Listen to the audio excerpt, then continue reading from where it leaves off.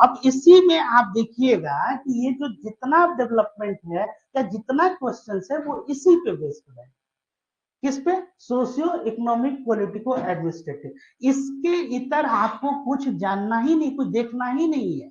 जो जितने क्वेश्चंस हैं, जैसे कि अब आप ये ले कि ये भी क्वेश्चन इंपॉर्टेंट है, ये भी इंपॉर्टेंट है, नहीं, उसमें बहुत ध्यान से आप ध्यान पूर्वक देखिएगा तो क्वेश्चन जो है उसके पीछे एक अप्लाई कर रहा है कि वही एप्लीकेशन बेस्ड जो है आपके ये सारे क्वेश्चन। तो सबसे पहला जो आप लोग का जो ये टास्क है इसमें हम लोग जो है ध्यान भी रखेंगे, लेकिन आप लोग भी अपने लेवल से ये देखना है कि जितने पीवाईक्यू है, पीवाईक्यू मतलब कि प्रीवियस ईयर क्वेश्चंस है, वो सब जो है at tips of the tongue होना चाहिए। पहला चीज तो यही, जिस क्वेश्चंस का सोल्यूशन है, मतलब जो पूछा गया है वो क्वेश्चन तो गलत होना ही नहीं, छूटना भी नहीं है। समझ में आ रहा है? इसके अलावे और भी जो है, जैसे आपको हम ये बता दें, अब जैसे कि कॉन्स्टिट्यूशनल डेवलपमेंट इन इंडिया, इससे क्वेश्चन पूछना ही पूछना है। फिर इसके बाद से आपका ये क्या आ जाता है, salient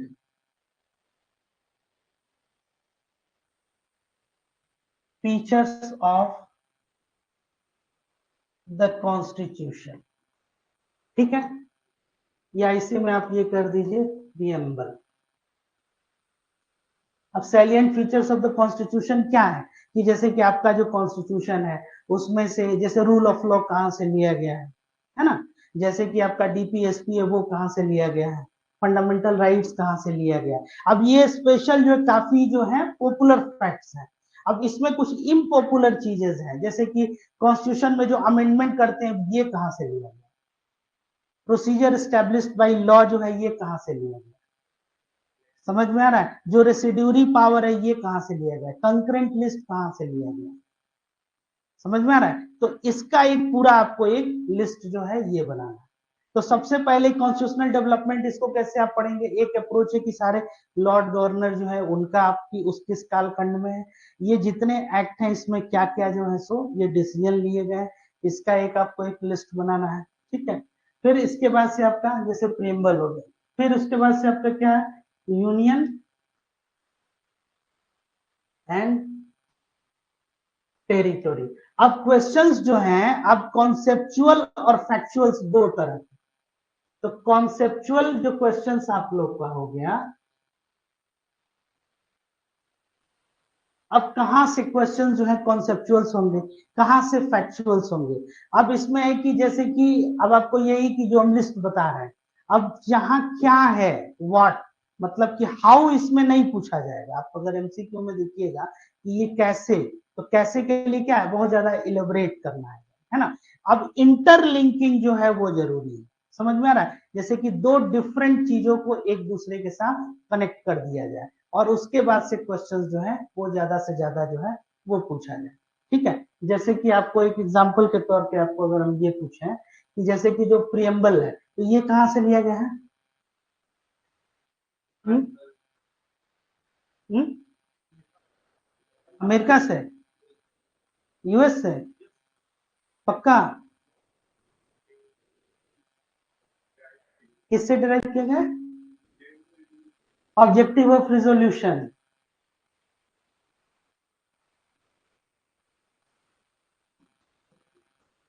actually objective of resolution जो पंडित नेहरू ने दिया वही वो प्रियम्बल ही था, और ये हम लोगों ने यूएस से ही लिया है, और वो जो है यूएन चार्टर से जो है, ठीक है ना। अब जैसे कि आपका ये डीपीएसपी जो आयरलैंड से हम लोगों ने, फंडामेंटल ड्यूटी है यूएसएसआर पे, ठीक है। और इस तरह से फिर यूनियन एंड टेरिटरी, फिर इसके बाद से और आप चैप्टर देखिएगा तो क्या है फिर आपका सिटीजनशिप, फिर आपका हो गया फंडामेंटल राइट्स, फिर आपका हो गया डीपीएसपी, फिर आपका हो गया फंडामेंटल ड्यूटीज। इन तीन से क्वेश्चन रहना ही रहना, ऐसा हो ही नहीं सकता कि पॉलिटी का क्वेश्चन आए, फंडामेंटल राइट, डीपीएसपी या फंडामेंटल ड्यूटीज, इन तीन चैप्टर को हटा के प्रीलिम में क्वेश्चन आए, ऐसा नहीं हो सकता। किसी न किसी रूप में क्वेश्चंस आएगा ही आएगा। तो अब ये जो चैप्टर्स हैं इनको बहुत गहराई से, और दूसरी बात कि इसके क्वेश्चंस जो है गलत नहीं होने चाहिए और छूटने नहीं चाहिए, समझ में आ रहा है। जैसे कि जो फिक्स्ड, जैसे कि जो स्टैटिक पोर्शन है वो आपको करना ही करना है। और इसके मार्क्स अगर आपके छूट रहे हैं, क्वेश्चन गलत हो रहे हैं या छूट रहा है, मतलब कि आप जो है ये बाहर हो रहे हैं रेस। समझ में आ रहा है? ठीक वैसे ही जैसे कि सेंटर स्टेट रिलेशनशिप,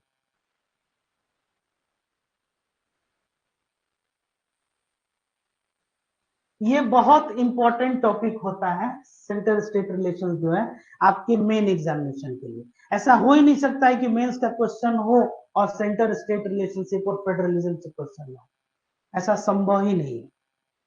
एक भी साल आप पॉलिटी का क्वेश्चन निकाल लीजिए जब से जो है सिविल सर्विसेज का सेंटर स्टेट रिलेशनशिप और फेडरलिज्म जो है वो मेन एग्जामिनेशन में वो क्वेश्चंस आना ही आना है। ठीक वैसे ही इसके जो प्रीलिम्स में क्या क्वेश्चंस आ जाएंगे, जैसे जो आपके फिनेंशियल रिलेशंस हो गए, एडमिनिस्ट्रेटिव रिलेशंस हो गए,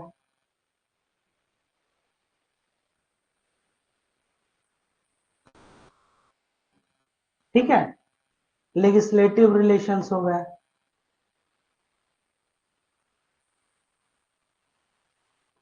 ये ये जो है ये क्वेश्चन जो है इसमें इसकी प्रोबेबिलिटी ये ज्यादा होती है सेंटर स्टेट। ठीक वैसे ही जैसे कि आपके यहाँ अगर बिहार में अगर हम सिलेबस की बात करें तो एक उसमें सेपरेट जो है पंचायती राज सिस्टम जो है वो दिया है। अब इससे जब एक चीज और समझिए, जब भी सिलेबस पढ़िए और अगर स्पेसिफिक मेंशन अगर कोई टर्म है, क्वेश्चंस वहां से रहना ही रहना है। जैसे यूपीएससी का भी आप सिलेबस देखिएगा तो उसमें क्या है, इंडियन पॉलिटिकल सिस्टम है ना, और स्पेशल मेंशन है पंचायती राज सिस्टम। पंचायती राज सिस्टम से हो ही नहीं सकता है कि बिना क्वेश्चन पूछे यूपीएससी का पेपर आपका तैयार। आप देखिए प्रीलिम्स में किसी भी साल पंचायती राज सिस्टम से क्वेश्चन रहना ही रहना। नहीं कुछ तो इतना ही जरूर जो पूछ देगा कि बिहार में जो है महिलाओं को पंचायत में कितना आरक्षण है, लेकिन क्वेश्चंस रहना ही रहना, नहीं का तो कोई सवाल ही नहीं। समझ में आ रहा है? तो पंचायती राज सिस्टम हो गया आपका, म्यूनिसिपैलिटीज, और अभी जो है एक आपको मैं बता रहा हूं कोऑपरेटिव सोसाइटीज, इससे सबसे ज्यादा प्रोबेबिलिटी है क्वेश्चंस की आने, है ना। कोऑपरेटिव सोसाइटीज जो है इससे क्वेश्चंस के आने की प्रोबेबिलिटी सबसे ज्यादा बढ़ जाती है, क्योंकि एक तो ये रिसेंट डेवलपमेंट है आपका, इसको कॉन्स्टिट्यूशनल स्टेटस दे दिया गया है। समझ में आ रहा है ना? और इस तरीके से जब आप इसको देखिएगा तो ये काफी जो है ये इंपॉर्टेंट आपका ये हो जाता है।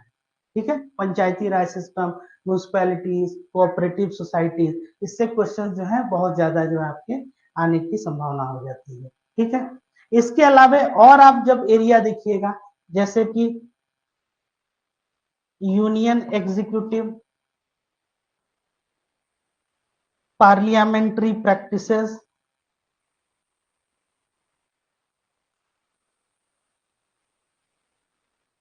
ठीक है, इसके बाद से जो इंडिपेंडेंट ऑफिसेज हो गया,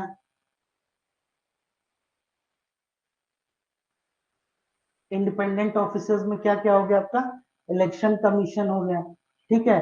उसके बाद से आपके कौन हो गए, जैसे कैग आप कह सकते हैं इसमें, कंट्रोलर एंड ऑडिटर जनरल। फिर और हो गया आपका क्या इसमें, सीबीआई, सीबीसी, है ना, और अदर्स जो है इससे क्वेश्चन जो है ये रहते हैं।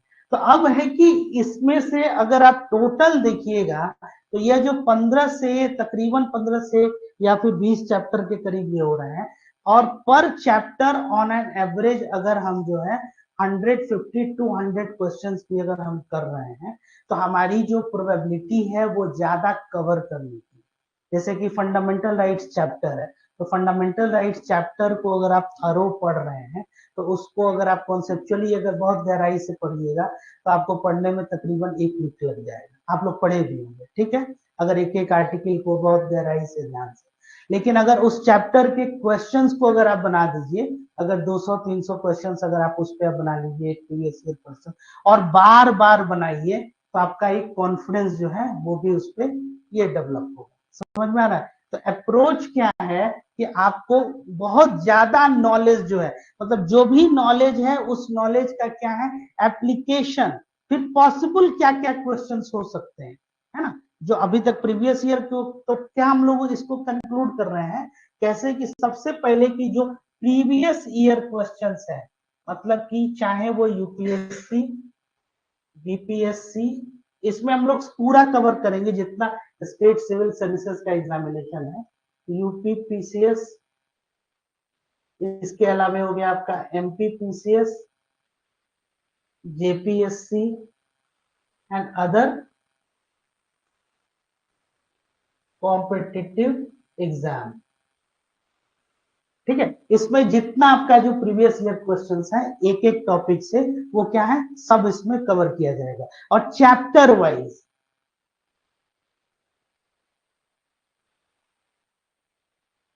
ठीक है, अब इसमें जो ध्यान देने वाली बात ये है कि जैसे कि हमने क्या बताया कि कुछ क्वेश्चन जो होते हैं वो बोरोड क्वेश्चंस होते हैं। तो अब जैसे कि अब आप पॉलिटी का ही है, तो पॉलिटी अगर आप प्रिपरेशन कर रहे हैं तो जो 2023, अगर मान लीजिए कि 2024 में आप बीपीएससी सितंबर में अपियर होने जा रहे हैं, तो 2021 से या 20 से लेके 2023 या तब तक 24 का भी प्रीलिम हो गया होगा, 3-4 वर्षों का जो प्रीलिम्स है, इसका आप यूपीएससी की हम बात कर रहे हैं, उसका पेपर आप देखिएगा, उसके हो सकता है कि एक या दो क्वेश्चन जो है वो डायरेक्टली यूपीएससी में पूछा जाए, या अगर आप यूपी पीसीएस का एग्जाम दे रहे हैं तो यूपी में तो रहता ही रहता है ना। तो अब कहने का ये मतलब हो गया कि जो बोरोड क्वेश्चन है, मतलब यही के क्वेश्चन जो है, तो आप ज्यादा से ज्यादा उन चैप्टर्स को, जहां से जो क्वेश्चंस आ रहा है, उन चैप्टर्स को बहुत गहराई से ये पढ़ने की जरूरत है। और जितना ज्यादा ऑब्जेक्टिव आप जो है सॉल्व कीजिएगा, आपका कॉन्सेप्चुअल क्लैरिटी जो है वो ज्यादा स्ट्रांग होगा, क्योंकि क्लासेस तो आप लोग कर ही रहे हैं, जो फाउंडेशन क्लास में उसमें जो पढ़ाया जा रहा है, लेकिन एग्जाम ओरिएंटेड जो है, जैसे कि मेयर नॉलेज आपके पास है, तो ये गारंटी नहीं करता है कि आप एग्जामिनेशन हॉल में ज्यादा से ज्यादा क्वेश्चन आप सॉल्व कर लीजिएगा। आप जब तक प्रैक्टिस नहीं कीजिएगा, ज्यादा सवाल नहीं बनाइएगा, तो इस हिसाब से, और अगर जिन लोगों को अभी से एग्जाम देना है इस बार 30 मतलब सितंबर को, या जब भी डेट आ रहा है, मोस्ट प्रोबेबली सितंबर 30 को ही वो है, तो अब इसमें मान लीजिए कि अभी क्या है, ये मई, तो आपका आप समझ लीजिए कि, तो जून जुलाई अगस्त आपके पास ये 3 मंथ है। अब इस हिसाब से पर डे जो मेरे हिसाब से जो टारगेट है, वो कम से कम 200 क्वेश्चन जो है, 200 से मतलब आपका 400 क्वेश्चन जो है आपको डेली पढ़ने की आदत डालनी चाहिए।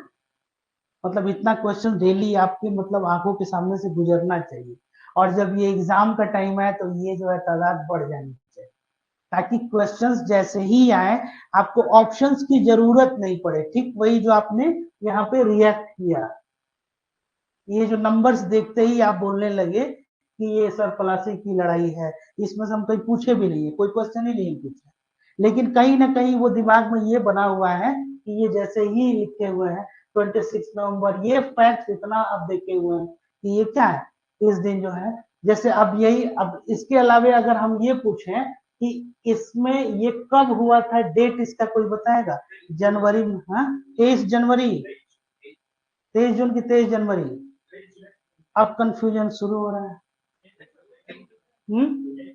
23 जून, अच्छा जनवरी में कौन सा हुआ था? हम्म हम्म बक्सर का लड़ाई हुआ था, ये पानीपत वाला। हम्म पानीपत वाला कब हुआ था, जनवरी में कौन हुआ था, वो कोई बताएगा? हम्म पानीपत में एक ही थोड़ा ही हुआ था, पानीपत में कितनी लड़ाइयां हुई थी? सारी लड़ाइयां पानीपत में ही क्यों हुई थी? हम्म हम्म तो खैर, ये समझिए इस चीज को, तो ये जो आपने जो रिएक्ट किया ना, यही चीज है आपका पूरा जो है। ठीक वैसे ही अब जो करंट अफेयर्स में जो कंटेम्प्ररी आपके जितने हैं, जैसे कि गवर्नमेंट का स्कीम हो गया, या बिहार की पॉलिटी को लेके, जैसे कि बिहार में आपका क्या, कितने टोटल डिवीजन है ना, कितने डिवीजन है, 9 डिवीजन है, और कितने आपके डिस्ट्रिक्ट हो गए, 38 डिस्ट्रिक्ट हो गए, फिर उसके बाद से सब डिवीजन कितने हो गए, 101, और ब्लॉक 534, पंचायत 800, 500 तो ब्लॉक ही बोल रहे हैं, तो 850, हाँ 8,000 के आसपास, 8,192 है। और नेपाल से कितनी बाउंड्री टच करती है? 7। और टोटल है कितना लेंथ? 300, 1700, 1700 तो किलोमीटर तो बिहार ही नहीं होगा आपका। 729, 729 किलोमीटर नहीं। ने, नेपाल की बाउंड्री कितना टच करता है? हाँ ईस्ट है। 729 किलोमीटर सही पर हम पूछ थोड़ी रहे, बता रहे हैं आपसे। हाँ हम आपको अपडेट कर रहे हैं ये। और आपका बिहार का ये नॉर्थ से साउथ कितना है? ये सब जो इंपॉर्टेंट फैक्ट्स है, ये अगर याद नहीं है तो ये बच्चों वाली बात हो जाएगी कि ये क्यों नहीं है। पूरब से पश्चिम कितना है? गंगा नदी का कितना है आपका? हाँ 400 में है, लेकिन अब 420 से लेके 499 तक का ये जो है ना, ये सब 400 में ही आएगा, तो कंफ्यूजन हो जाएगा। 461 है। हाँ हाँ तो वही है कि ये क्या है, ये एक देखिए दो चीज होता है, एक को कहते हैं, आज आपको बता ही देते हैं, एक को बोलते हैं प्रैक्टिस, एक को बोलते हैं डेलिब्रेट प्रैक्टिस, है ना। उसमें क्या है कि आपका जो है ना, ये प्रैक्टिस इस लेवल पे होगा कि आपका जो न्यूरल पैटर्न जो है ना, वो उस लेवल पे आ जाएगा कि जैसे ही वो आएगा वो रिएक्ट कर लेगा। आई बस समझ में? आपको प्रैक्टिस इस लेवल तक ले जाना होगा, आपको हम ऑनेस्टली बता रहे हैं। नहीं तो जिस हिसाब से ये डे बाय डे, ये जो मतलब आपका स्पेशली इस पूरे एग्जाम का जो ये जो प्रीलिम लेवल जो है, फर्स्ट राउंड जो है, वो आए दिन डे बाय डे जो है ये टफ होता जा रहा है। उसके पीछे वजह ये है क्योंकि ये क्या है, एलिमिनेशन राउंड है। और फिर वही आप कहते रहिए मेरा 2 नंबर रह गया, 3 नंबर रह गया, 4 नंबर रह गया, तो ज्योग्राफी अच्छा कर लेंगे तो पॉलिटी थोड़ा अच्छा कर लेंगे, थोड़ा हिस्ट्री ये पढ़ लेंगे तो इस बार बिपिन चंद्रा नहीं पढ़े तो ग्रोवर नहीं पढ़े। ये सब कथा कहानी है, ये सब से कुछ नहीं होना है। प्योरली है कि आपको इस लेवल तक का और इंटेंस जो है ये प्रैक्टिस चाहिए। तो क्वेश्चन तो डेली बनना ही है। प्रीवियस ईयर क्वेश्चन जो है, अगर उससे क्वेश्चन किसी भी या उस चैप्टर से भी अगर आ गया और अगर नहीं बन रहा है तो ये मतलब it is considered as it is a crime. That's it, as simple as. हाँ सिंपल एकदम। जो क्वेश्चन आप नहीं पढ़े हैं, जो नहीं आया है, या आपके मतलब रेंज या आपके उसके बाहर है, तो वो एक अलग है, उसके लिए मतलब you have a genuine experience. दूसरी बात कि आप पढ़े हुए हैं, जान रहे हैं और गलत हो रहा है, इसका मतलब ये है कि आपकी वो प्रैक्टिस जो है, या ये जस्ट बिकॉज ऑफ केयरलेसनेस, लापरवाही, और कोई इसके लिए एक्सप्लेनेशन नहीं।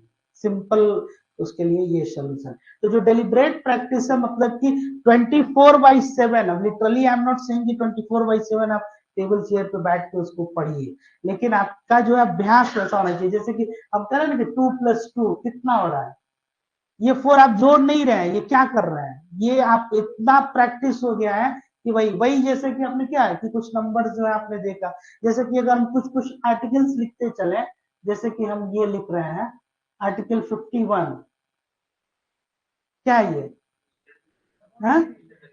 इंटरनेशनल पीस कैसे ही आया? जैसे कि आप देख लीजिए ये कैसे, क्योंकि आप लोग डेली क्लास कर रहे हैं। ये क्या है? इम्पीचमेंट। जैसे ही 61 आपने देखा, इम्पीचमेंट को बताया। 110 मनी बिल देखा आपने, बताया। 112 है annual financial statement, very good. 43B है, वाह। हाँ ये तो वही बात हो गया कि इंडिया और ऑस्ट्रेलिया के कोई एक तो जीतेगा। हाँ 43B, हाँ हाँ उसके नीचे वाला, इसके ऊपर वाला, यही कोऑपरेटिव सोसाइटीज है। ये कब हुआ? ये किस अमेंडमेंट में आया? हाँ 97 कॉन्स्टिट्यूशनल अमेंडमेंट, 2011। क्लियर हो गया? और इसमें और क्या ऐड हुआ था? क्या ऐड हुआ था? और क्या ऐड हुआ था 97th अमेंडमेंट में? कौन कौन से आर्टिकल ऐड हुए थे? एक तो ये हो गया, और फंडामेंटल राइट्स में आर्टिकल 19 में चेंज हुआ था, कोऑपरेटिव सोसाइटीज उसमें ऐड किया गया था। ये 243G,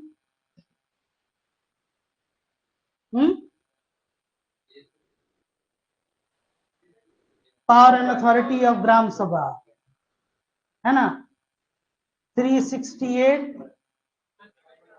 तो ये कैसे ये आ रहा है? ये हम तो कुछ पूछ भी नहीं रहे हैं, ये बस देखते ही रिएक्शन पे आ रहा है।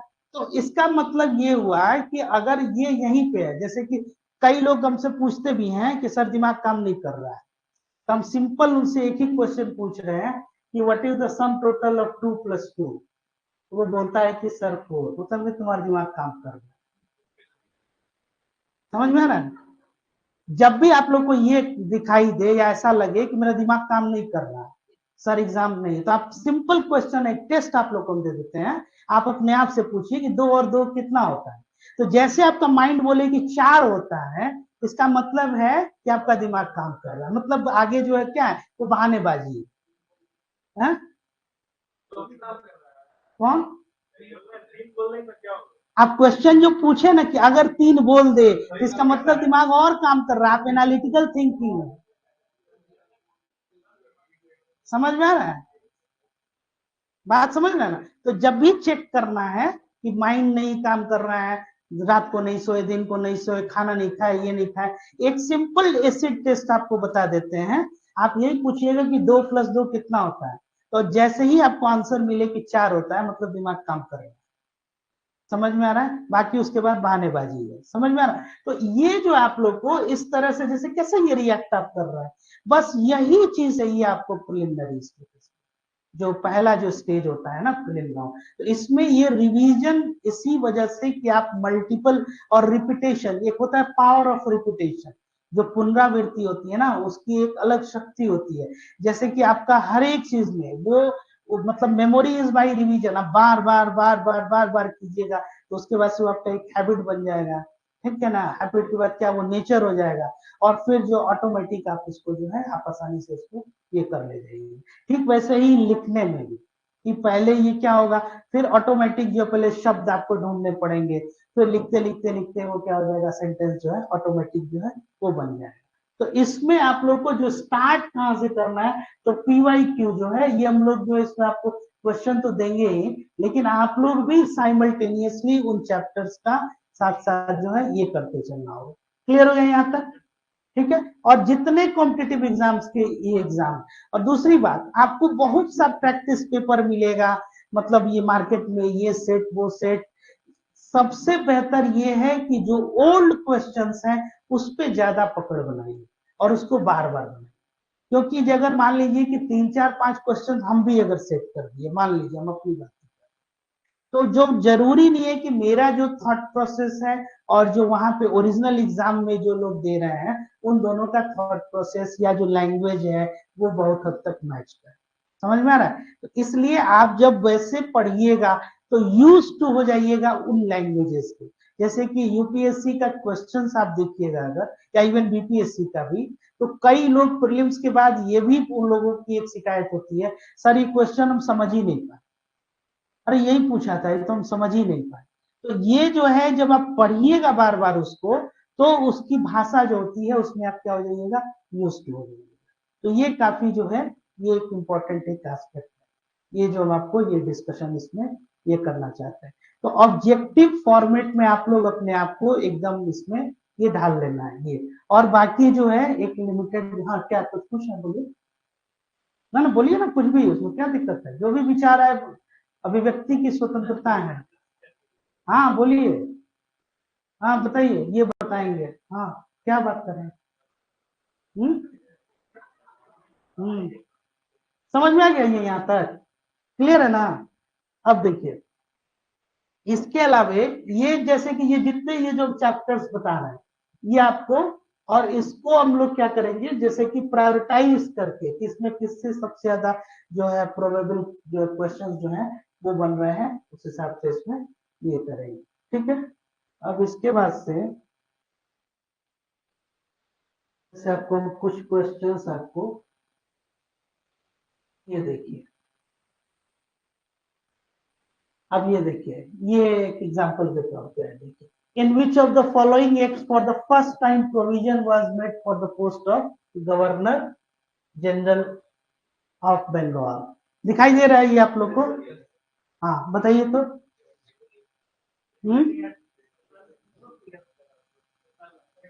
क्या पहला? तो रेगुलेटिंग एक्ट क्या था इसमें और क्या क्या डेवलपमेंट हुए थे बताइए। हाँ हाँ। और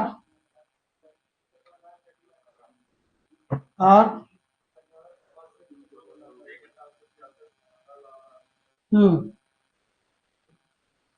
नेक्स्ट आइए। और ये पिट्स इंडिया एक्ट 1784 क्या था? Board of control. हाँ हाँ। जूम थोड़ा, एक मिनट, ये रहा 1:1 फुल स्क्रीन मोड, तो पहले ही ठीक था।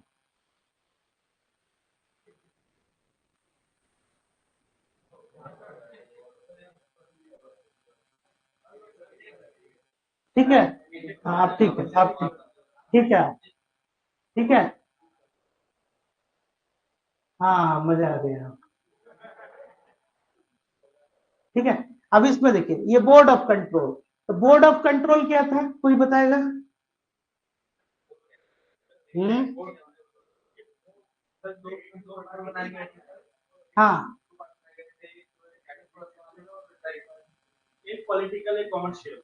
पॉलिटिकल और कमर्शियल, और दोनों को क्या किया गया था, सेपरेट कर दिया गया था। ये बोर्ड ऑफ कंट्रोल जो है, ये कौन सा एक्ट था आपका? Fits India act 1784। अब इसमें देखिए, ये क्वेश्चन आपका क्या, अब देखिए ऑप्शंस क्या बन रहा है, अब आप देखिए इसमें पॉसिबल जो है पहले इसमें,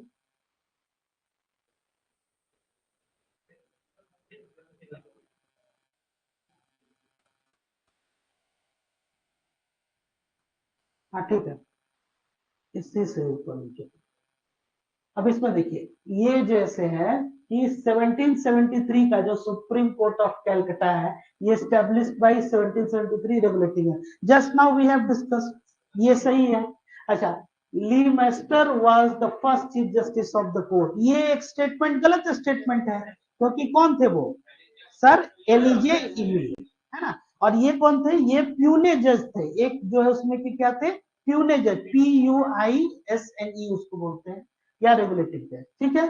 फिर बोर्ड ऑफ कंट्रोल में जैसे 1784, अब ऑप्शंस क्या बन रहा है, 1773, 1813, 1781 और 84, ठीक है ना। अब इसके विषय में आपको क्या करना है कि बस आपको क्या क्या फैक्ट्स है इसको ये लिखना है, ठीक है। अब ये जो है आपको डिटेल में आपको मॉडर्न इंडियन हिस्ट्री में भी पढ़ना है, यहाँ भी आपको पढ़ना है, यहाँ आपको बस ये जानना है कि क्या क्या उसमें डेवलपमेंट हुआ था। तो 1784 में क्या बना, एक बोर्ड ऑफ कंट्रोल बना, जिसमें कमर्शियल को क्या रखा गया, अलग रखा गया, और पॉलिटिकल को अलग रखा गया, ठीक है। फिर उसके बाद से और देखिए ये क्या है, जैसे कि British east India company trading monopoly in India and, ये कब एंड कर गया, ये 1813 में ये मोनोपोली जो है ये खत्म हो गया। और चाइना में क्या हुआ? हाँ? उसमें ये नहीं बैन किया गया। और 1813 जो है, ये जैसा कि हमने अभी आपको बताया, 1833 जो हो गया आपका, ये काफी इंपॉर्टेंट चार्टर्ड एक्ट है। इसमें और क्या क्या डेवलपमेंट था कि जो गवर्नर ऑफ बंगाल था वो क्या हो गया, गवर्नर जनरल भारत का बन गया। और 1773 का जो रेगुलेटिंग एक्ट था, उसमें एक और बहुत बड़ा डिसीजन लिया गया था, क्या कि जो बंगाल था, वो प्रेसिडेंसी ऑफ बंगाल, और जो मुंबई आपका जो बॉम्बे और मद्रास, ये क्या करेंगे, सबॉर्डिनेट उसको जो है, ठीक है ना। और यहाँ पे क्या हो गया, 1833 में जो भी बंगाल का जो गवर्नर जनरल है वो क्या हो जाएगा आपका, इंडिया का। और 1833 जो है, it was the first charter act that after which Britishers involve in India socio और रिलीजियस अफेयर्स, ये पता।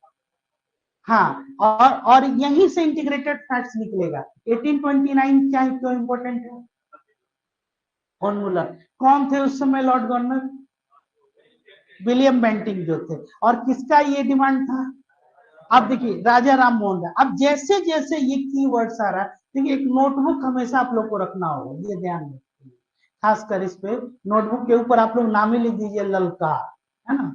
हाँ वो ज्यादा बेहतर होगा, जैसे राजा राम मोहन राय। और इंटीग्रेटेड अप्रोच का मतलब है कि ये नहीं कि ये हिस्ट्री में पढ़ेंगे तो ये पॉलिटी में पढ़ेंगे तो ये साइंस में पढ़ेंगे, नहीं, ये सब क्या है, इंटीग्रेटेड। और राजा राम मोहन राय, जैसे ही राजा राम मोहन राय नाम याद आया, तो अब राजा राम मोहन राय के विषय में बताइए क्या क्या आप जानते हैं, क्या क्या फैक्ट्स आपके पास है। ब्रह्म समाज की स्थापना, और बताइए, और और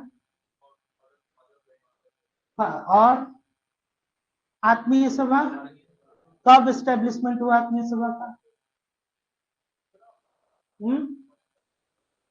15, कंफर्म? 1813 क्या है फिर? और बताइए, परसेप्ट ऑफ, हाँ हाँ वो भारतीय पुनर्जागरण का पिता। और मोनोथिस, और संवाद कौमुदी, और राजा का इनको उपाधि कौन दिया था? अकबर जी थे। ये कौन कौन से ये फैक्ट्स क्या आ रहे हैं, अब ये क्यों कम पढ़ रहे हैं फैक्ट्स? क्योंकि रिवीजन नहीं है, रिवीजन नहीं है।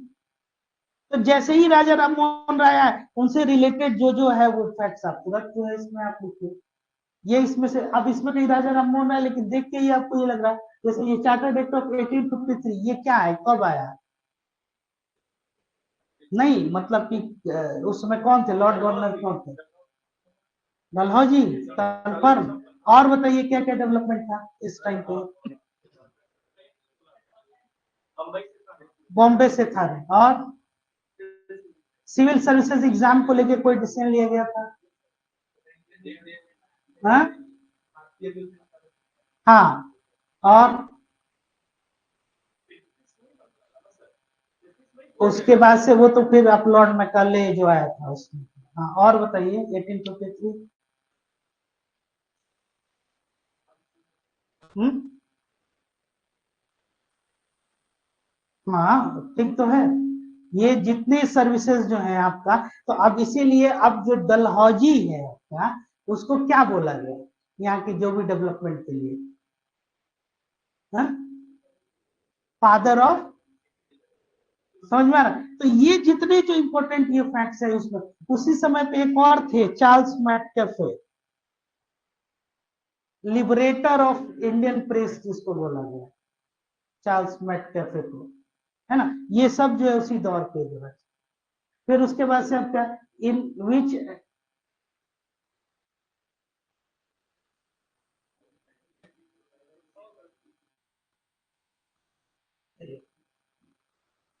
हाँ, in which act yearly 1 lakh was allotted for the education of Indians, बताइए।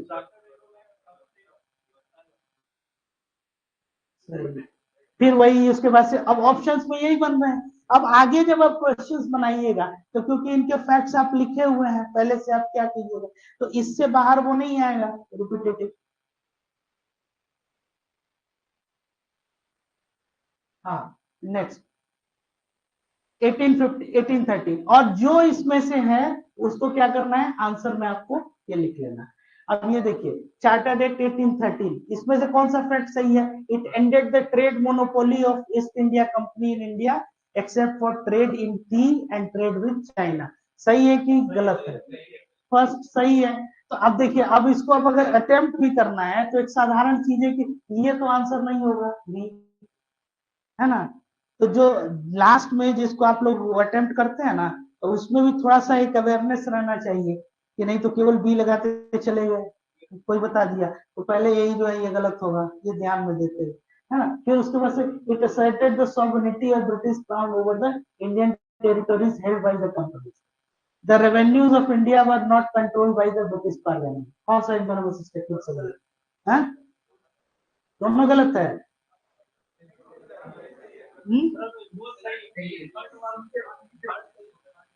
रेवे, हाँ सेकंड गलत है, थर्ड वाला सही है। आंसर कौन हो गया? तो फिर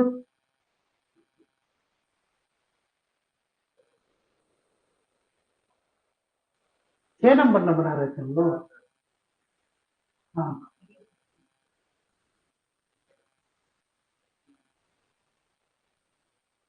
ये ऊपर है।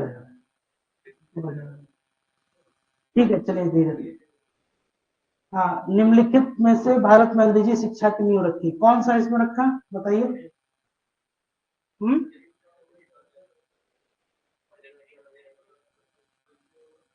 कौन सा? General committee of public instruction 1823, chartered act 1813। हाँ ठीक है। अब ये विच one of the following act, पहले इसको पहले बनाइए।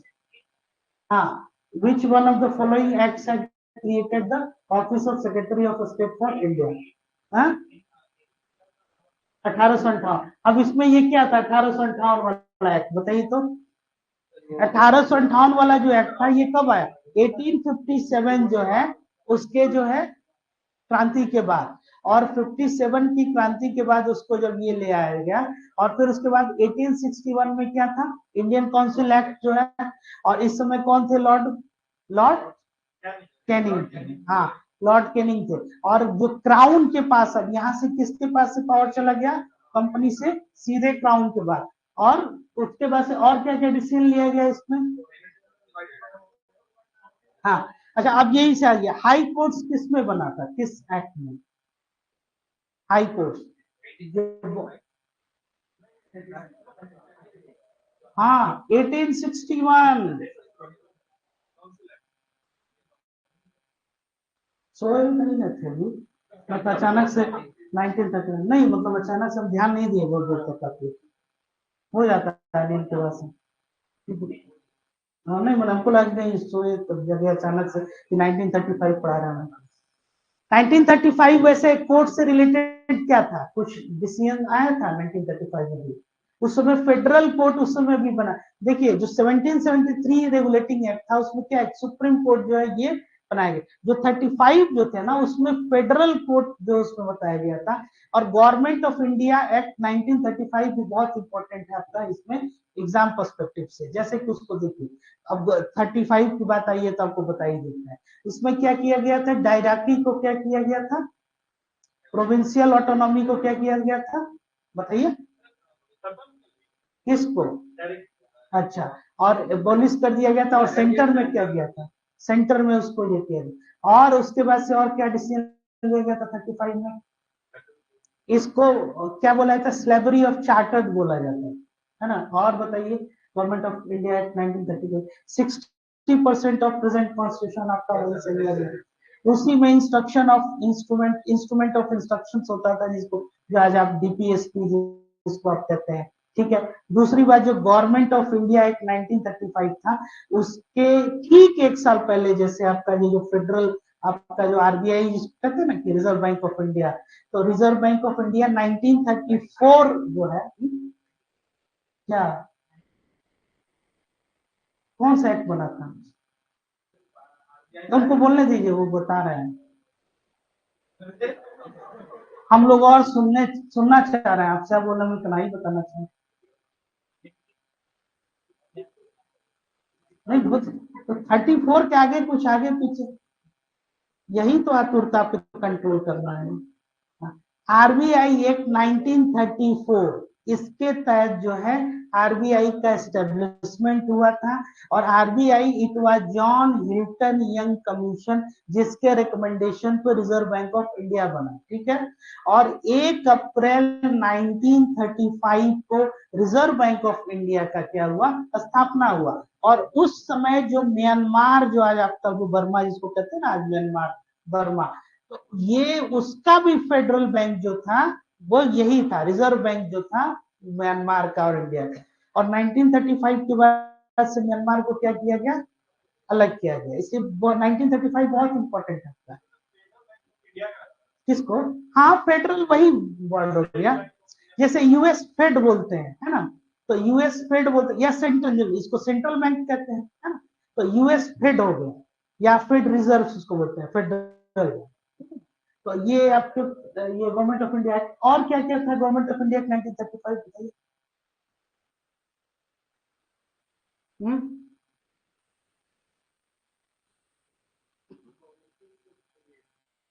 जैसे दो उसमें पार्ट, एक प्रेसिडेंसीज था और एक प्रोविंस, है ना। तो प्रेसिडेंसीज कौन कौन से थे? मुंबई हो गया जो बॉम्बे प्रेसिडेंसी, मद्रास प्रेसिडेंसी और कैलकाटा प्रेसिडेंसी था। बाकी आपका ये क्या था? प्रोविंस। जैसे कि आपका जो पीसीएस जो आप लोग कहते हैं ना, ये क्या है दरअसल? ये प्रोविंशियल सर्विसेज जो होता है, सिविल सर्विस, है ना। बाद में ये पब्लिक सर्विस कमीशन जैसे बना। ठीक, और क्या है इसके बारे में बताइए? Morley Minto reforms. Separate electorates किसमें थे? या कॉम्युनल इलेक्ट्रेट्स जिसको बोला जाता है ना। उसमें क्या था प्रावधान? हम्म क्या था?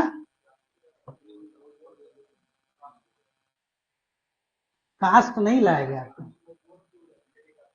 हाँ, उसमें एक सेपरेट जो है इलेक्ट्रेट्स बनाया गया, है ना। वहां से कॉन्स्टिट्यूंसी से कौन लोग कंटेस्ट कर सकते हैं, वही। अब उसमें ध्यान ये देने वाली बात है कि जब हम लोग का प्रेजेंट कॉन्स्टिट्यूशन बना तो पार्लियामेंट्री फॉर्म ऑफ डेमोक्रेसी है। तब इसमें क्या है? वन मैन वन वोट, है ना। इसके साथ साथ कि कोई कॉन्स्टिट्यूंसी रिजर्व भले ही की जा रही है, लेकिन जो वहां वोटर है वो क्या है? वो सब लोग पार्टिसिपेट कर रहे हैं। अब जैसे कि अब एक ऐसी कॉन्स्टिट्यूंसी बना दी जाए, जैसे मान लीजिए कि कुछ खास लोग ही वहां वोट कर पाए, तो आप क्या कर रहे हैं? रेस्ट ऑफ लोगों को उसमें आप डेमोक्रेटिक प्रोसेस से आप दूर कर रहे हैं। समझ में आ रहा है? चलिए नेक्स्ट। और ये मॉन्टेग्यू चेम्सफोर्ड, यही आगे चल के क्या बना? Government of India act 1990। और मॉन्टेग्यू चेम्सफोर्ड रिफॉर्म्स कब बना आया था? 1918 में था। यही आगे चल के 19 में गवर्नमेंट ऑफ इंडिया एक्ट बना, ये ध्यान रखिएगा। ये रिफॉर्म्स जो है ये कब आया था? 18 में आया था। और यही मॉन्टेग्यू, और उस समय कौन थे? लॉर्ड चेम्सफोर्ड थे उस समय, 18 में। ठीक है। और बताइए 1918 के बारे में, इंपॉर्टेंट। नहीं, 1918 के बारे में बताइए, ईयर ये इंपॉर्टेंट क्यों है? 1914 से लेकर 1918 तक क्या था? वर्ल्ड वॉर खत्म हुआ था। और 1917?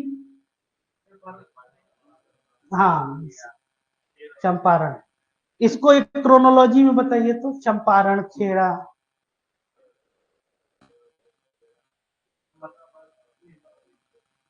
अहमदाबाद और खेड़ा में पहले कौन हुआ था? हम्म चंपारण, खेड़ा, अहमदाबाद, टेक्सटाइल मिल, है ना।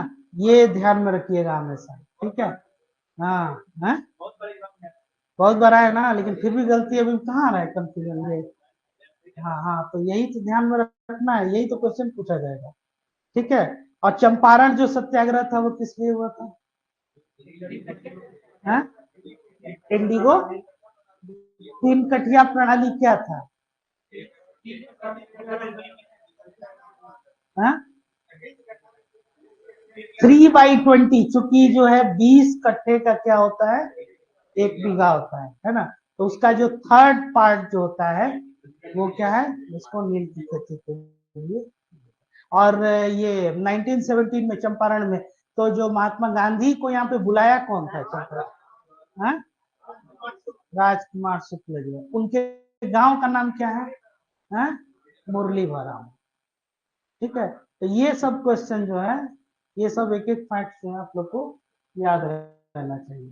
ठीक है, मॉन्टेग्यू चेम्सफोर्ड रिफॉर्म्स हो गया, मॉर्ले मिंटो। अब आ जाइए नेक्स्ट, ये बताइए। The chartered act 1853 एबोलिश्ड east India company monopoly of Indian trade. सही है कि गलत है? हाँ? बोलिए। हम्म हाँ। Under the Government of India Act 1858, the British Parliament abolished the East India Company altogether and undertook the responsibility of ruling India directly. ठीक है। हाँ, नेक्स्ट आइए। Which one of the following acts of British India strengthen viceroy? ये तो बहुत easy question है, बताइए कौन सा?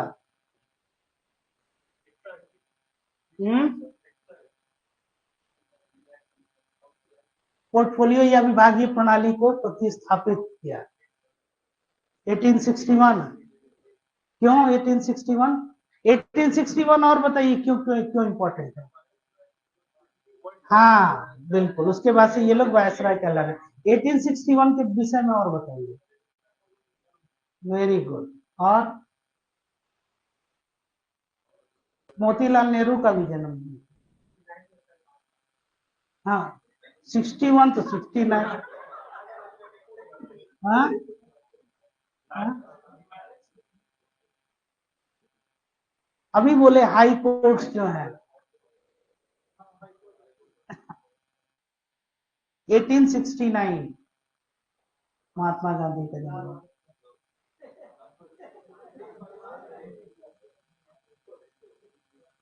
अब लग रहा है कि ज्यादा हो रहा है नहीं? हाँ? ज्यादा हो रहा है, एक्साइटमेंट अब ज्यादा हो रहा है। मतलब एक ही क्लास के बाद ऐसा ललकार कीजिए कि कल ही पीटी हो जाए, तो ऐसा भी ललकार नहीं करना है ना? ललकार का पहला ही दिन कि आज ही ललकार कर दो बीपीएससी, कल एग्जाम ले लो, हम लोग तैयार हो। हाँ तो ऐसा भी नहीं करना है, कंट्रोल नियंत्रण में, क्योंकि संविधान क्या बोलता है? नियंत्रण और संतुलन का सिद्धांत है, तो इसलिए थोड़ा सा ध्यान में, धीरे धीरे टेम्पटेशन। हाँ तो इसलिए ललकार अभी नहीं ललकारना, धीरे धीरे। हाँ पहले अभी ज्ञान अर्जित करना है, फिर उसके बाद जयकार ऑटोमेटिक होने लगेगा, है ना? हाँ। और क्या बता रहे थे 1934 आप? तुम लोग तब से याद कर रहे होंगे 34 को। नहीं हो गया, बस उतना ही 1934 का छोटा सा हो गया। चलिए और आगे, तो ये समझ गए। अब इसमें जो ऑप्शंस बन रहे हैं, इससे पॉसिबल क्वेश्चंस क्या हो सकते हैं? तो इसका सबसे बेहतर तरीका ये है कि ये जितने चार्टर्ड एक्ट हैं, अब आप देखिए जैसे कि 1857 के पहले इसको दो पार्ट में बांट के जो है क्लासिफाई किया गया, और पढ़ने का तरीका है। एक 1773 हो गया, 1784 हो गया आपका, फिर उसके बाद से 1800 ये 13 वाला हो गया, 1833 वाला हो गया, और 1853 1853। ये पांच जो है काफी इंपॉर्टेंट है। बीच में एक और आ जाता है, जैसे आपका 1890 1792 में भी एक बहुत ये था स्मॉल। फिर उसके बाद से 1857 की जो क्रांति हुई, इसके बाद से आप आइएगा 1858। लेकिन इसमें इंपॉर्टेंट क्या हो जाएगा? 58 61 हो गया, फिर 92 वाला हो गया, 1909 1935 यहाँ तक जो है पक्का है। फिर 35 के बाद आगे आप आइएगा तो फिर क्रिप्स मिशन हो गया, फिर कैबिनेट मिशन हो गया, फिर उसके बाद से क्या हो गया आपका? इंडियन इंडिपेंडेंस एक्ट 1947, है ना? क्रिप्स मिशन कब आया था, कोई बताएगा? 1942। कौन था उस समय लॉर्ड गवर्नर? वायसराय, हाँ लिंगलिथगो, है ना? सेकेंड वर्ल्ड वॉर के टाइम कौन था? यही क्वेश्चंस रहता है कि सेकेंड वर्ल्ड वॉर के टाइम, सेकेंड वर्ल्ड वॉर का क्या है टाइम? यही लिंगलिथगो। गवर्नमेंट ऑफ इंडिया एक्ट के टाइम पे कौन था?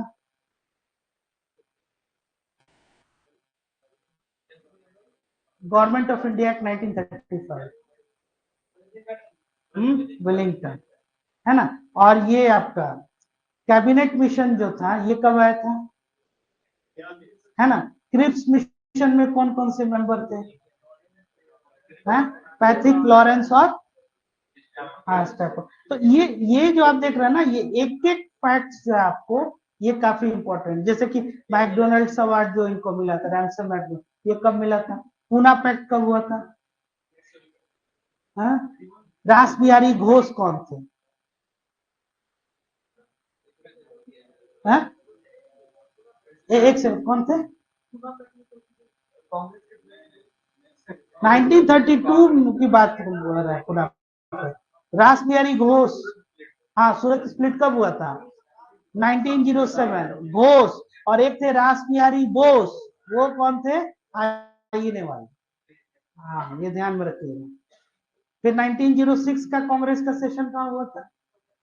हाँ, 1905। स्वराज पहली बार कब आया था?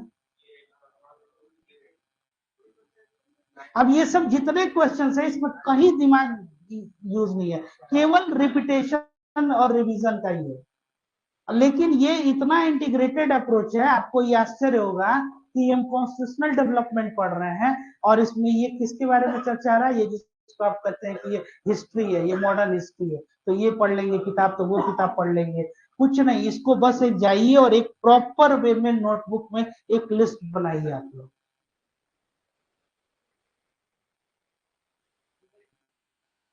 बताइए कितना मौलिक प्रश्न पूछे यार। किसमें है? ये कई लोग का प्रश्न है? किस? हाँ, एक सेकंड एक सेकंड एक सेकंड, किसका किसका ये प्रश्न पहले? किसमें? बिहार स्पेशल क्या किए थे? हाँ, अच्छा, और किसका किसका सवाल है? तुम इकट्ठे आंसर कर देते हैं सबका। आप लोगों को जो टेक्स्ट बुक बताया जाता है कि एनसीईआरटी जो है, तो सबसे पहले जैसे कि जो एनसीईआरटी की किताब है आपका, जैसे ओल्ड एनसीईआरटी आप पढ़े होंगे, जैसे बिपिन चंद्रा का, उसमें लास्ट में आप जाइएगा तो जो चैप्टर है कि स्वराज पार्ट 1 और स्वराज पार्ट 2 करके, एक 1919 से लेके और 47 या उसमें उसमें जितना जो डेवलपमेंट है वो सब उसके विषय में ये दिया हुआ है। वहीं से एक एक फैक्ट्स आपको जो है इकट्ठा करना है। इसके अलावे जितने ये जो पी वाई क्यू जो बता रहे हैं, प्रीवियस ईयर क्वेश्चन या अदर जो क्वेश्चन प्रैक्टिस के हैं, उसका जैसे कि अभी हमने लिखा ना कि उसमें क्या क्या फैक्ट्स दिया गया, तो जो आपके आंसर्स हैं वो क्या हो गए? वो फैक्ट्स ही तो हो गए। तो जितना अभी तक यूपीएससी का क्वेश्चन आया होगा उस सबका आंसर सोल्यूशन तो ही है। उस सबको अगर आप नोट करते जाइए कि गवर्नमेंट ऑफ इंडिया एक्ट 1935 से कितना क्वेश्चन अभी तक आया है, या जो जो उसके ऑप्शंस है वो क्या हो गए, वो आपके पॉइंट्स हो गए। अगले एग्जाम में वही से पॉइंट्स बनने। इसके अलावे उन्होंने गूगल का तो उल्लेख किया ही है। हाँ, या और भी बहुत सारी टेक्स्ट बुक्स हैं।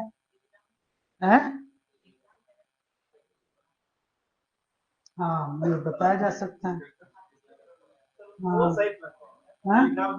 टेलीग्राम है, व्हाट्सएप की दुनिया है, व्हाट्सएप यूनिवर्सिटी। हाँ, लेकिन ऑथेंटिक है कि नहीं उस पे हम नहीं, हाँ उस पे हम नहीं कुछ कह सकते। हाँ, इसलिए उसको छोड़िए। जो प्रॉपर एनसीईआरटी की जो टेक्स्ट बुक किताब है उसको पढ़िए, उसमें जितना फैक्ट्स है उसको आप पहले इकट्ठा कीजिए। ठीक है, प्रीवियस ईयर क्वेश्चन जो है वहां से आप उठाइए, कम से कम इतना फैक्ट्स तो आपको पता होना चाहिए, और इसके बेसिस पे आप क्वेश्चन जो है वो बना सकते हैं। ये इसमें आपको अभी स्टार्ट में होता है कि सब कुछ इंपॉर्टेंट दिखाई देगा। Right from earth to sky, ये भी पढ़ लें, यहाँ से भी ले लें, ये भी किताब बढ़िया है, पूरा लाइब्रेरी जो है इकट्ठा कर लीजिए, उसका कोई मतलब नहीं है। जो एकदम वही जिसको कहते हैं ना कि रेलिवेंट फैक्ट्स क्या है, वो आपको जो है सो ध्यान में रखना है। ठीक है ना? हाँ, अब ये देखिए 1861 फिर से आ गया 1861। बताइए 1861। देखिए तो 1861 कुछ और इसमें क्वेश्चन था।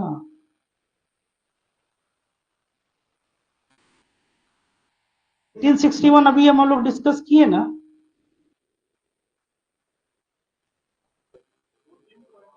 हम्म?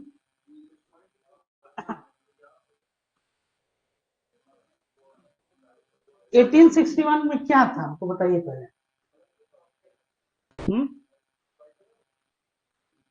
इसमें क्या बताया जा रहा है कि as a result of this act total members of executive council of governor general became 7। ये था क्या?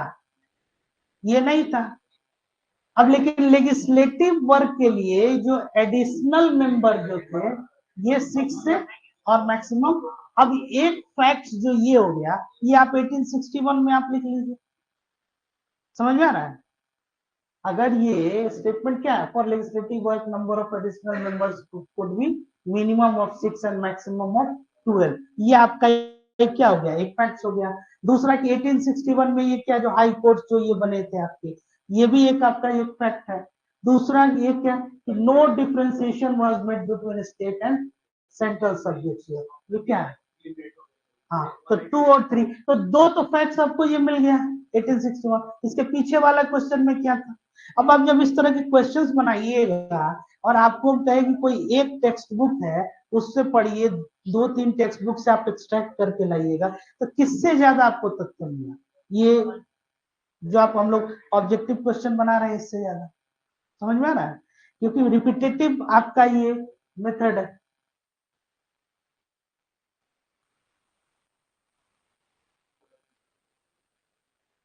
नहीं, खत्म कहाँ से होगा? अभी तो शुरू हुआ है, अभी तो आज ही फर्स्ट क्लास है अभी।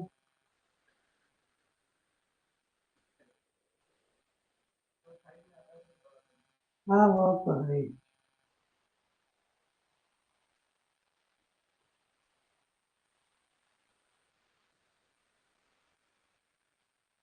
हाँ, बॉम्बे, मद्रास और कलकत्ता में उच्च न्यायालय कब स्थापित किए गए, तो अभी तक से हम लोग डिस्कस कर ही रहे हैं। अब ये देखते ही क्या बना, बन गया। अब इसके अलावा ये जो 3 है इसके बारे में भी बताइए। 1851 कुछ याद आ रहा है।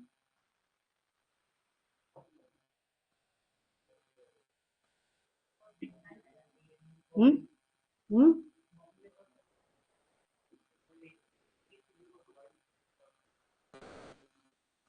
1881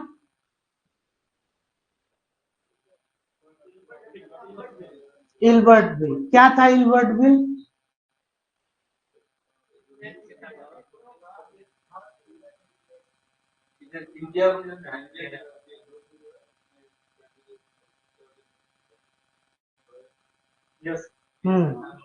और रॉलेट एक्ट क्या था। रॉलेट एक्ट कब आया था, है ना। नेक्स्ट इसमें आप आ जाइए, ये क्या है कि Indian council act 1892, choose the correct option. It was implemented on 20th June 1892। Out of total 24 members, 5 were non-government members. Members were given rights to ask supplementary questions. बताइए, सप्लीमेंट्री क्वेश्चन जो है ये पूछने का इनको अधिकार था कि नहीं। गलत है। पानी पीजिए आप जाके पहले, पानी इनको दीजिए। 1892 जो अभी हमने आपको डिस्कस किया था थोड़े पहले, कि जो बजट में जो क्वेश्चन वगैरह पूछने के लिए अर्ली मॉडरेट्स, जब 1885 जब कांग्रेस बना था, तो जो उस समय जो शुरू के जो मॉडरेट्स थे ना, जो यहाँ के इंटेलेक्चुअल, उन्होंने सबसे पहले यही डिमांड किया था कि बजट जो है या फिर उस पर क्वेश्चन जो है पूछने का एक अधिकार।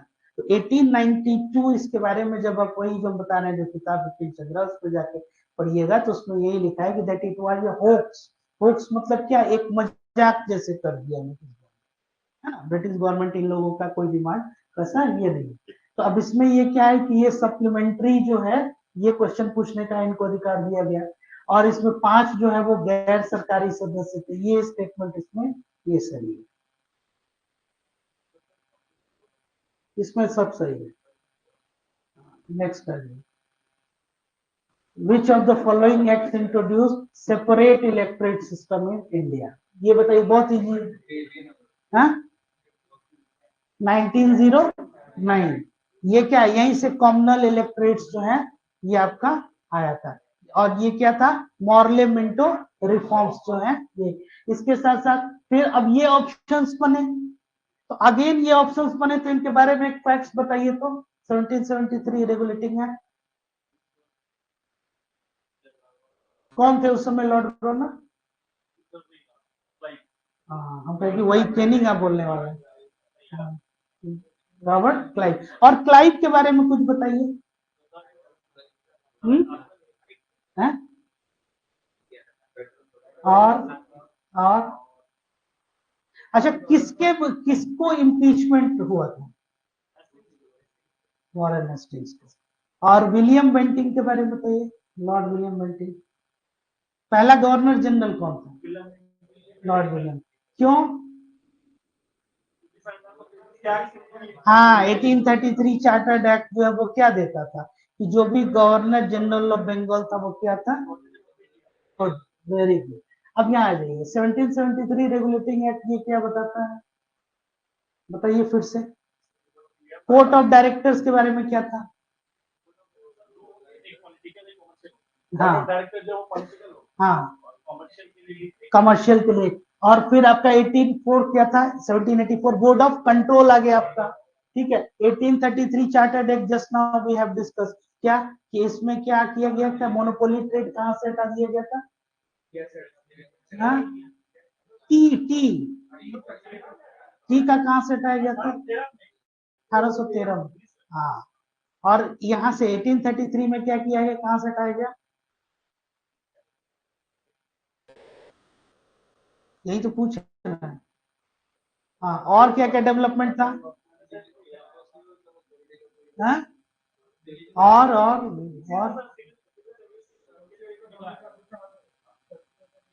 हाँ, सती प्रथा को, और गवर्नर जनरल ऑफ बंगाल जो था वो क्या था, सबसे इंपॉर्टेंट जो इसका यही था, वो पूरे इंडिया का आपका ठीक है। और फिर उसके बाद से 1909 में क्या क्या इंपॉर्टेंट था बताइए, सेपरेट इलेक्टोरेट्स, और सेपरेट इलेक्टोरेट्स में क्या था,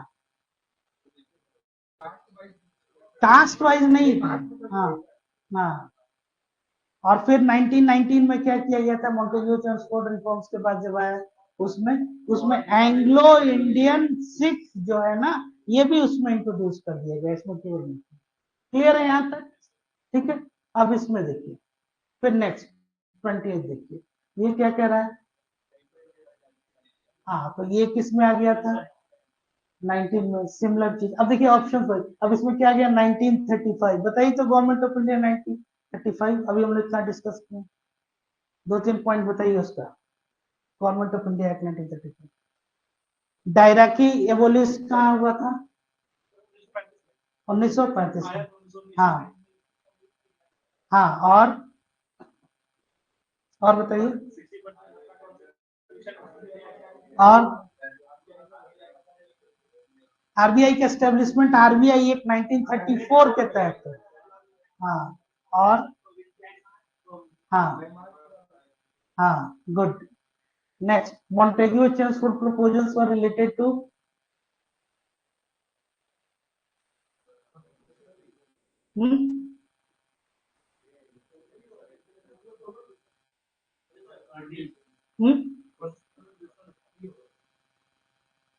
सोशल रिफॉर्म्स कितने लोग बता रहे हैं, हुँ? नहीं, कुछ लोग बताना है, कोई कैसे कहा जाए, सोशल रिफॉर्म्स, आप हैं, आप हैं पीछे, हैं दो, आप थोड़ा थोड़ा है नहीं, मैं कोई और हाथ उठाए तो हम भी उठा दें, कोई कंफ्यूजन नहीं है। अगर सोशल रिफॉर्म सोच रहे हैं तो इसको कहा जाता है जरूरत से ज्यादा सोचना। चैप्टर का नाम क्या है, कॉन्स्टिट्यूशनल डेवलपमेंट, और मॉन्टेग्यू चेम्सफोर्ड प्रपोजल्स किससे रिलेटेड था, कॉन्स्टिट्यूशनल रिफॉर्म से। तभी तो हम अभी थोड़ी देर पहले भी बोले कि मॉन्टेग्यू चेम्सफोर्ड रिफॉर्म था, यही आगे चल के क्या हुआ, गवर्नमेंट ऑफ इंडिया एक्ट 1919 हुआ, एग्जैक्टली 1909 को, कि उसमें केवल मुस्लिम थे, इसमें एंग्लो सिख जो है लोग और बढ़ा दिया गया था, हाँ जान रहे थे, हाँ तो यही तो कंफ्यूजन, यही है मतलब कि जब भी दिमाग काम नहीं करे तो क्या टेस्ट करना है, 2+2 कितना होता है, 4, जैसे दिमाग बोले 4 मतलब दिमाग काम कर रहा है, हाँ। और जहां दिमाग ये बोले कि 2 × 2 4 हो रहा है, इसका मतलब कि ज्यादा सोच रहा है। अब पूछा जा रहा है 2+2 कितना होता है, 4, और दिमाग बता रहा है 2 × 2 4, मतलब कि ज्यादा सोच रहा है, तो मतलब कि निगेटिव मार्किंग लेके चल रही है, ठीक है ना। तो ये कॉन्स्टिट्यूशनल रिफॉर्म्स ही होगा, इसमें कुछ पूछना ही नहीं है। Next, in which year the last election of Indian legislature under the government of India Act 1919 was held, बताइए,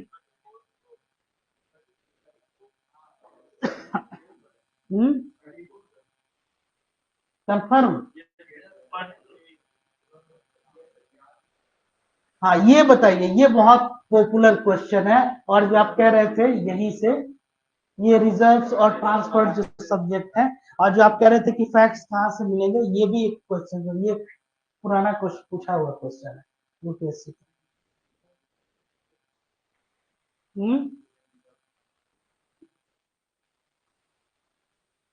क्वेश्चन समझ में आ रहा है?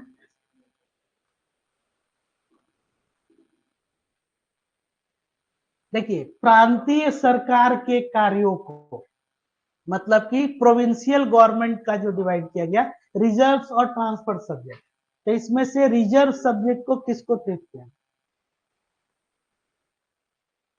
हम्म? मतलब ये क्या है, दो? हम्म? पक्का?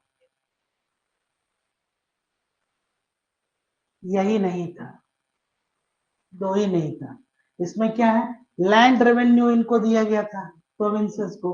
पुलिस आज भी देख रहे हैं, आपकी स्टेट लिस्ट का सब्जेक्ट है, 3 और 4 यहीं से आ गया। उसके बाद से एडमिनिस्ट्रेशन ऑफ जस्टिस जो है, ये 1 3, ठीक है।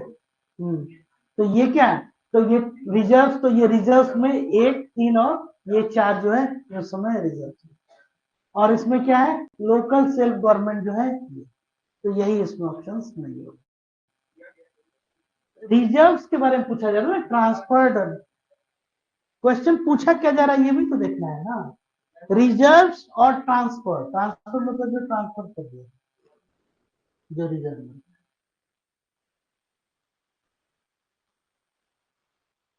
अब इसमें देखिए, independent election commission under British period design,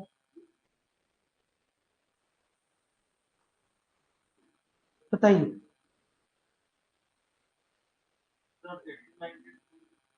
हम्म?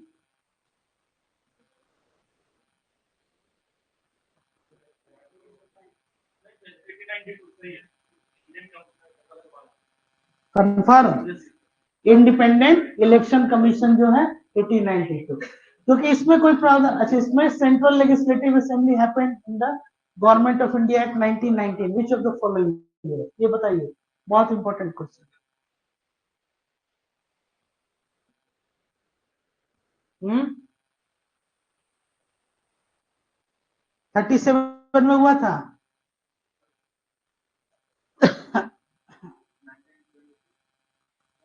कितना टोटल हो गया, 25, बताइए जल्दी। 25 में आपका हो गया। हम्म?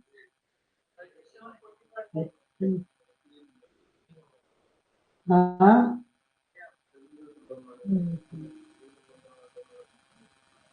क्या हो गया, हर तरह का दिमाग लगा लिए।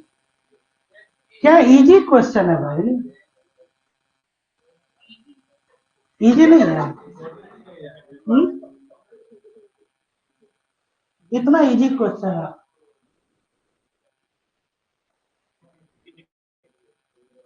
इजी नहीं है। भारत सरकार अधिनियम 1919 के तहत केंद्रीय विधानसभा का चुनाव निम्नलिखित में से किस वर्ष किया गया, बताइए। सेंट्रल असेंबली कब बना था? अभी कोई कोई घटना का उल्लेख भी कर रहे थे, कब कब? सेंट्रल असेंबली में जो आप जो कह रहे हैं ना, भगत सिंह वाला ना, तो ये पब्लिक सेफ्टी बिल का वो क्या कर रहे थे, हाँ, विरोध कर रहे थे, है ना। और इन लोग का एग्जीक्यूशन कब हुआ था, 1931, 23 मार्च को, है ना। तो ये तो 1926, और ये 1937, है ना। एक और इलेक्शन हुआ था 1937 में, जिसमें आप लोग यहाँ पढ़ते भी होंगे, जिसमें कि ये सेकेंड वर्ल्ड वॉर जो चल रहा था, तो उसके वजह से क्या हो गया कि ये जितने जो मंत्रिमंडल के लोग थे, वो लोग क्या कर दिए, इस्तीफा दे दिए। तो दो तो यही हो गया यहाँ पे। अधिनियम जो गवर्नमेंट ऑफ इंडिया एक्ट 35 जो आया, उसके बाद से जो है, हाँ, तो 37 वाला है, ठीक है ना। चलिए नेक्स्ट क्लास में इसको और हम लोग आगे कंटिन्यू करेंगे। कौन? हाँ, 1 and 2, एक मिनट।